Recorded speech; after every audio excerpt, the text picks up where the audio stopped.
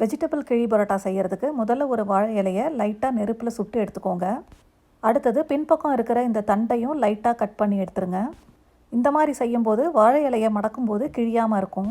அடுத்தது வாழை இலையில் முதல்ல குருமா இல்லைன்னா சால்னாவை ஊற்றிட்டு மேலே ஒரு பரோட்டாவை வச்சுட்டு மறுபடியும் குருமாவை காய்கறியோடு சேர்த்து ஊற்றிடுங்க. அடுத்தது காலிஃப்ளவர் ஃப்ரை இல்லைன்னா மஞ்சூரியனை வச்சுட்டு மேலே மறுபடியும் இன்னொரு பரோட்டாவை வச்சு குருமாவை சேர்த்தி உங்களுக்கு வேணும்னா நீங்கள் ஆனியன் கூட மேலே வச்சுக்கலாம். வச்சுட்டு இதை அப்படியே நல்லா சேர்த்து பிடிச்சி ஒரு நூல் அப்படி இல்லைன்னா வாழை மட்டையினுடைய நாரோ வச்சு கட்டிட்டு ஒரு அடிகனமான கடாயோ அப்படி இல்லைன்னா குழிவான தோசைக்கல்லோ சூடு பண்ணி அதில் இந்த ரெடி பண்ணி வச்சுருக்க பரோட்டாவையும் வச்சுட்டு ஒரு அரை கப் அளவு தண்ணி சேர்த்து மீடியம் ஃப்ளேமில் ஒரு 10 நிமிஷம் இதை மூடி வச்சு வேக வச்சு எடுத்திங்கன்னா அருமையான இந்த வெஜிடபிள் கிழி பரோட்டா ரெடி ஆகிடுச்சு.